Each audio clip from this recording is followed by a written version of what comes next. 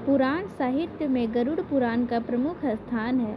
सनातन धर्म में यह मान्यता है कि मृत्यु के पश्चात गरुड़ पुराण कराने से जीव को वैकुंठ लोक की प्राप्ति होती है। गरुड़ पुराण में 19,000 श्लोक हैं, किंतु वर्तमान में 7,000 श्लोक ही प्राप्त होते हैं।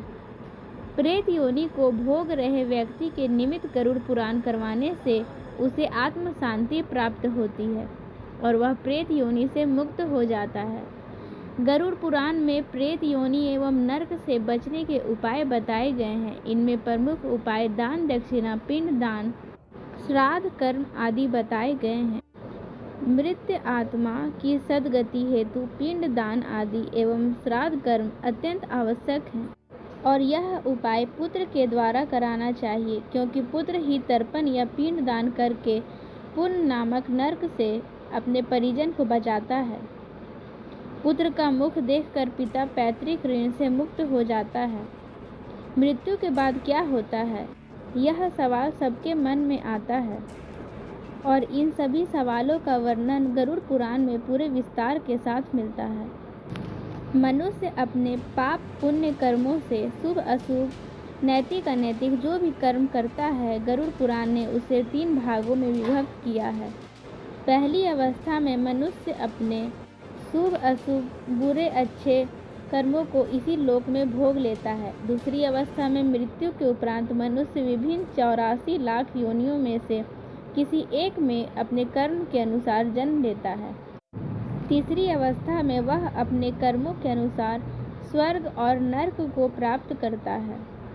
गरुड़ पुराण के अनुसार जो दूसरे की संपत्ति को हड़पता है, मित्र से विश्वासघात करता है, ब्राह्मणों की संपत्ति से अपना पालन करता है, मंदिर से धन चुराता है, पराई स्त्री या पर पुरुष से व्यभिचार करता है, निर्बल को सताता है, जो अपनी निर्दोष माता, बहन, पुत्री, स्त्री, पुत्रवधू, पुत्र आदि को बिना किसी कारण के त्यागता है, उसे भयंकर नरक योनि में जाना पड़ता है और ऐसे पाप कर्मी व्यक्ति की कभी भी मुक्ति नहीं होती है। इस संसार में भी ऐसे पापी व्यक्ति को अनेक रोग एवं कष्ट घेर लेते हैं। व्यापार में हानि, घर में कलह, ज्वर, संतान मृत्यु आदि दुख से वह जीवन भर दुखी रहता है और ऐसे मनुष्य का अंत समय बड़ा ही कष्टदायी होता है। उसे अपने अंत समय में बहुत कष्ट भोगना पड़ता है तथा मृत्यु के पश्चात वह भयंकर प्रेत योनि में चला जाता है। इस वर्णन में यह पता चलता है कि किन पापों के कारण मनुष्य को मृत्यु के पश्चात नरक या स्वर्ग की प्राप्ति होती है।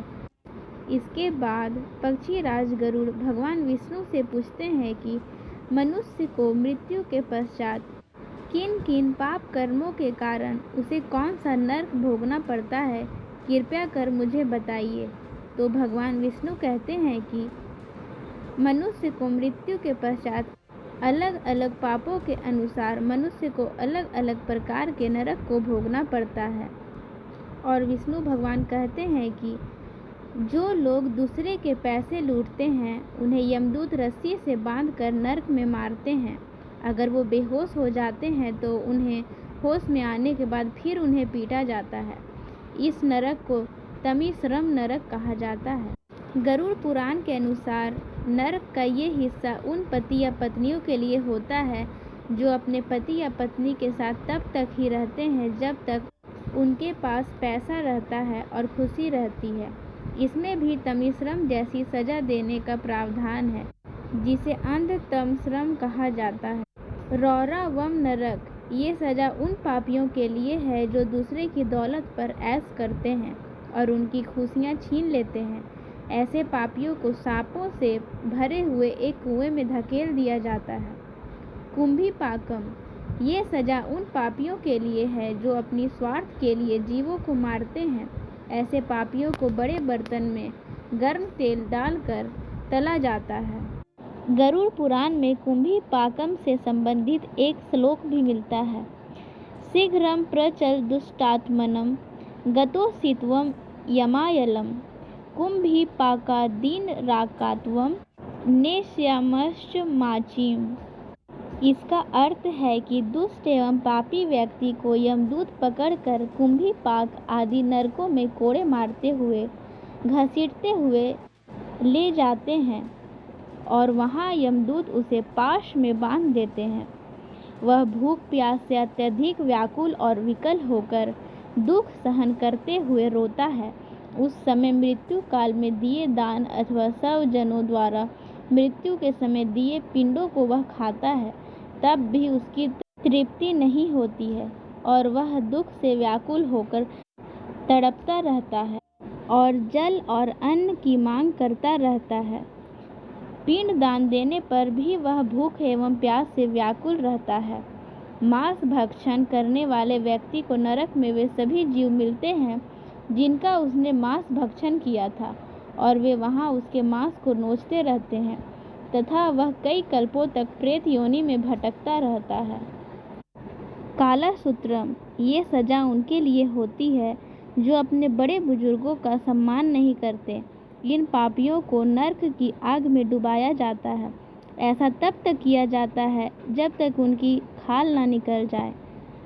असिताप्त्रम, ये सजा उनके लिए होती है जो अपने काम को सही से नहीं करते और उनकी लापरवाही से किसी और को भुगतना पड़ता है। ऐसे लोगों के शरीर को नुकीले धार वाले चाकू से गोद दिया जाता है और फिर कोड़े बरसाए जाते हैं। अंधकूपम, ये उन लोगों के लिए होता है जो बुरे स्वभाव के होते हैं और उनको अच्छे लोगों को परेशान करने और सताने में बहुत मज़ा आता है। इसमें पापियों को ऐसे कुएं में डाल दिया जाता है जिसमें कई खतरनाक जानवर और सांप होते हैं। तप्त मूर्ति, जो लोग सोने या अन्य किसी धातु को चुराते हैं उन्हें नरक की गर्म आग में जिंदा जला दिया जाता है। कृमि भोजनम, ऐसे लोग जो दूसरों को बस स्वार्थ के लिए इस्तेमाल करते हैं उन्हें ये खौफनाक सजा दी जाती है। ऐसे लोगों को नरक में कीड़े और सरीसृप जिंदा ही खा जाते हैं। सलमाली, ऐसे लोग जो अपने पति या पत्नी के अलावा किसी और के साथ शारीरिक संबंध बनाते हैं, नरक में उन्हें अंगों में जलता हुआ गर्म लोहा डाल दिया जाता है और यमदूत बुरी तरह पीटते रहते हैं। वैतरणी, ऐसे शासक जिन्होंने अपने पद का गलत उपयोग किया है उन्हें इस नदी से होकर गुजरना पड़ता है। ऐसा माना जाता है कि ये सबसे खतरनाक सजा है। इस वैतरणी नदी में मानव शरीर, उनकी खोपड़ियाँ, कंकाल और खून और कई गंदी चीज़ें पड़ी रहती है। इसमें लोगों को ये सारी चीज़ें खानी भी पड़ती है। पुयोदुकम, ऐसे मर्द जिन्होंने महिलाओं के साथ संभोग किया हो और उन्हें धोखा देकर छोड़ दिया हो, उन्हें नर्क में जानवर समझा जाता है और मल मूत्र भरे इस कुएं में डाल दिया जाता है। अवीची, ये नर्क उनके लिए है जिन्होंने झूठी कसम खाई हो या झूठी गवाही दी हो। उन लोगों के शरीर में आग लगाकर ऊंचाई से फेंक दिया जाता है। वे लोग सतह पर पहुंचने से पहले ही राख हो जाते हैं। राक्षसो भोजनम, ऐसे लोग जिन्होंने जानवरों की बलि दी हो और उसके बाद उनका मांस खाया हो, उन्हें इस नर्क में लाया जाता है।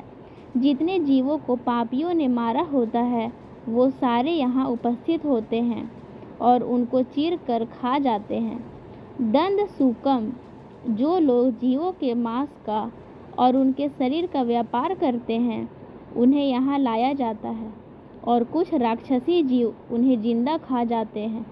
गरुड़ पुराण के इन सजाओं पर यकीन कर लिया जाए तो जरूर ही दुनिया से पाप मिट जाएंगे। इन्हें जानकर किसके मन में खौफ नहीं हो जाएगा। तो इस प्रकार गरुड़ पुराण में पाप और उसके सजाओं का उल्लेख किया गया है जो भगवान विष्णु से पक्षीराज गरुड़ पूछते हैं, जिसे पूरी विस्तार से भगवान विष्णु गरुड़ राज को बताते हैं। इन सभी बातों का पूर्ण उल्लेख गरुड़ पुराण में किया जाता है, जो पुराणों में यह एक प्रमुख पुराण माना जाता है। जय श्री हरि।